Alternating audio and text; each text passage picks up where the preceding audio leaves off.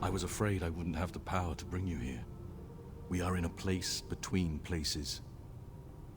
I brought you here with the last breath of power in my wasting soul, augmented by the power of the Moon Tier. I am Gareth Dawntreader. My brother and I founded the Order of the Burning Dawn long ago, and we bound ourselves to Belaphoss the Hated to do it. By doing so, we set into motion the events that you are facing today. Not this specifically, but when I realized that my mind was wasting away, I understood that something must be done. My brother and I had heard legends of the Moon Tier, a powerful elven relic that could bring peace to Toril at last. We made finding this relic our cause, for every young guild must have one, and swore to do all we could to find it. But we had naught but the clothes on our backs and the weapons in our hands. So we sought a patron, someone who could lend us aid as we nourished our young order. The demon Belaphoss came to us in the form of a spirit of fortune.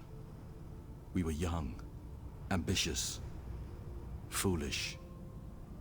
We saw only the glory of finding a powerful relic.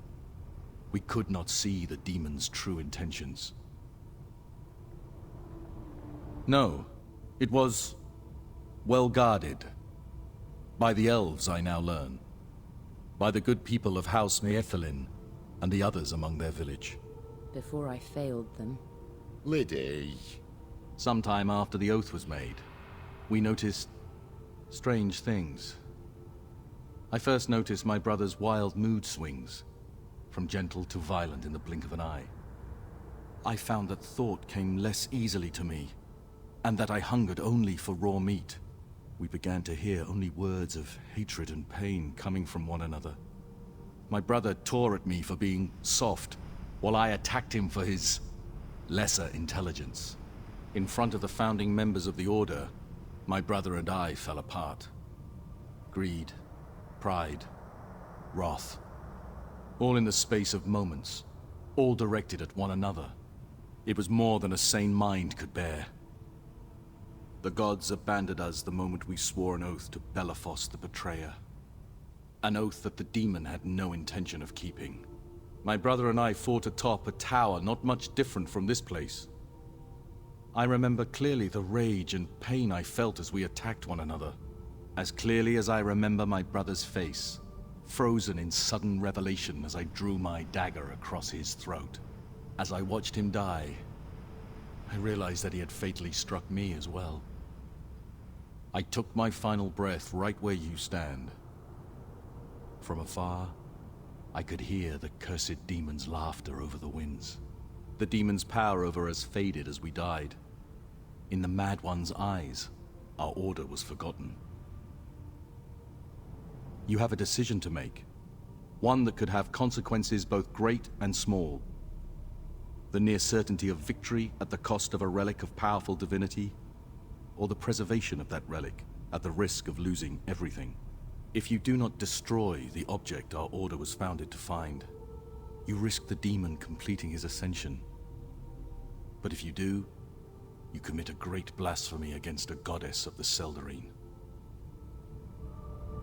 And there may yet be a third option.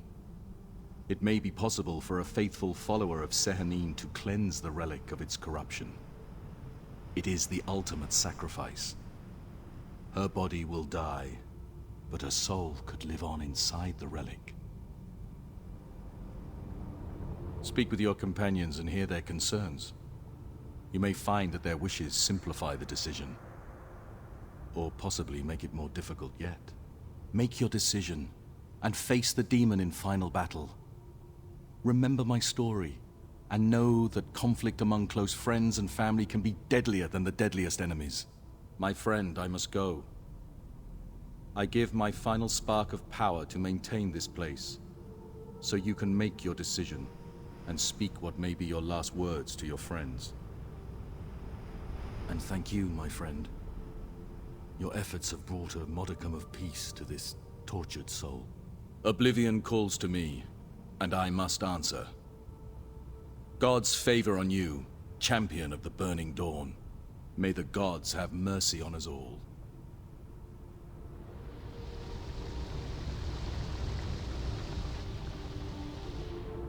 What were all that about?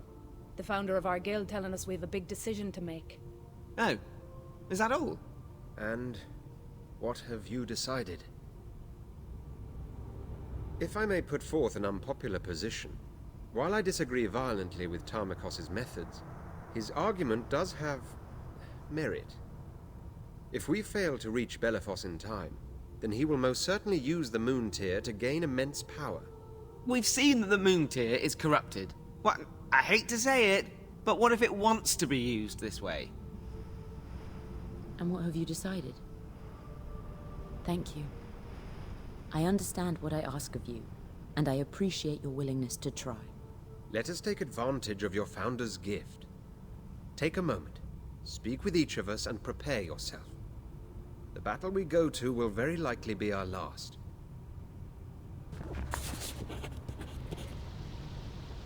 At once.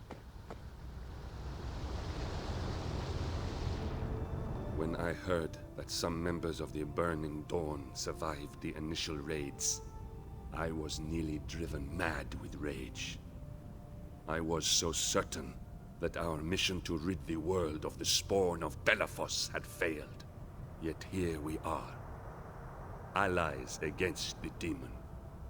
And I now believe you to be as righteous as myself. I sense you shall not betray our cause. You have. And bit by bit, I have listened. And I have witnessed. I have done, and will continue to do, terrible things in my quest to see that no demon or devil gains a hold on this world. But today, our course is clear. Evil will kneel before us to be judged, and what judgment we shall pass together! Destroying the Moon Tier will deal the demon a powerful blow. We might banish Belaphoss for a century, longer even. Then you risk the world on one woman's faith? I have witnessed more foolish decisions, but never in a situation this dire. I have prayers to give and blessings to ask before the coming confrontation. Make your peace with your friends and enter battle prepared.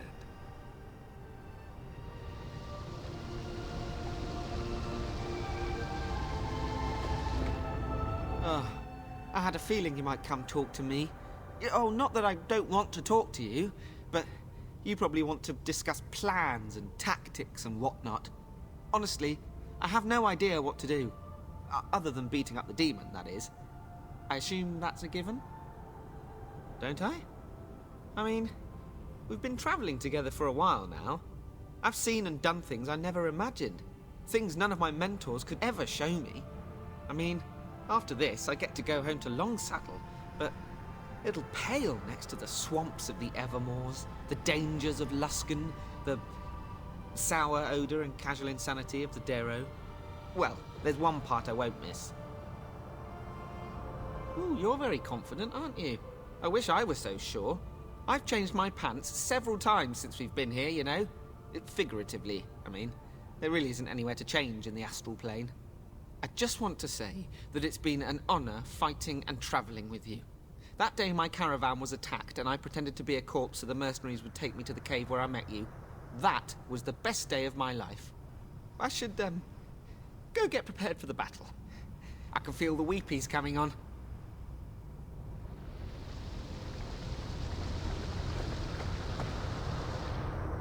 Ah, you big baby. Come to share a bit of a cry and find someone to hug, have you? Well, you won't find that here, me friend. This is a time for celebration and glory, not for weeping and carrying on. Hi, I am. What better way for a soldier to die than battling a great demon and dying to save the world? Now, you don't have to give me the pep talk. You've known me long enough to know I'm ready to die if it comes to it. At least if we make it through, I'm finally free to be myself and keep fighting. Though I'm not sure escorting a caravan will have the same allure after all this. Now, if you'll excuse me, I've got preparations to make. I don't plan to meet Clangeddon without the shiniest armor you ever seen.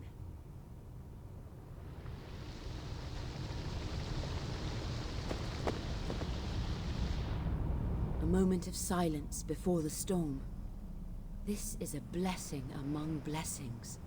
You say you support my decision to sacrifice myself to cleanse the moon tier. It makes my heart proud to have such friends who understand the truth of my purpose.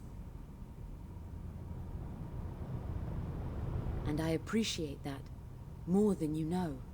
It has been a long, strange journey, my friend. When we met under threat of a mercenary attack, I never thought one day it would become so difficult to say goodbye to you. Your decision to conscript the knight has made that easier. But our friendship goes back further than that. Back to the day your guildmates died. He is quite the warrior, I will admit. And a more steadfast opponent of demons one will never find. As you wish. This might not be the best time to speak to me. Things are a little intense, as you might already know. Sounds like Liddy's all ready to die to save the moon tier. And I guess you agree. But all I can think of is how badly I don't want that to happen. She took her out like me and gave him something to live for. Before her, it were all wall-to-wall drinks, women, rash ideas. If she's gone, what's the bloody point?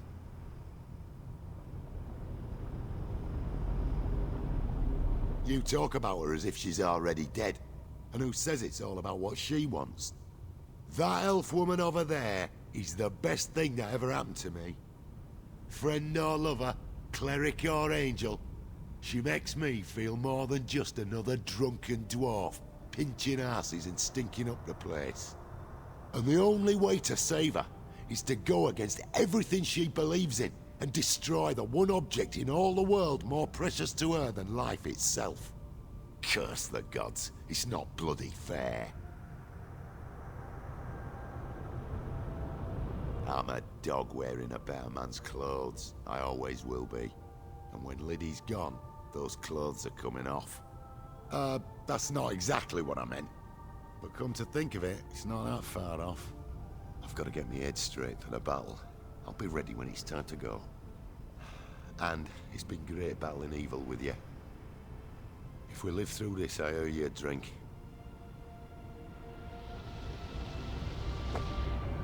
Hey! Over here! I don't know if you've noticed, but I don't think we're in the Underdark anymore. The others don't seem to be aware, so I think I might be dreaming. I figured I'd go stab the dwarf to make sure. Tough decision. So many options. Perhaps one, then the other. Or both at the same time. The bearded one would seem the easier target. The other one is rather scary, isn't she? You know, dream person, I never thought I'd be doing anything like this. I figured that it was just enough to be Lord of the Dark, but now I'm Lord of the Dark, protector of the world. The women shall swoon. The men shall coo. My power shall be such that my merest effort will break the wind. Truly it shall, and the world will bow before the mighty Ishkin, Lord of the Dark.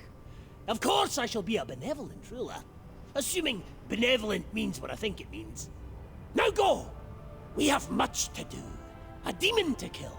A band of companions to distract with insane ramblings so they don't realize my true power. Oh, forget that last part. The Lord of the Dark demands it. It's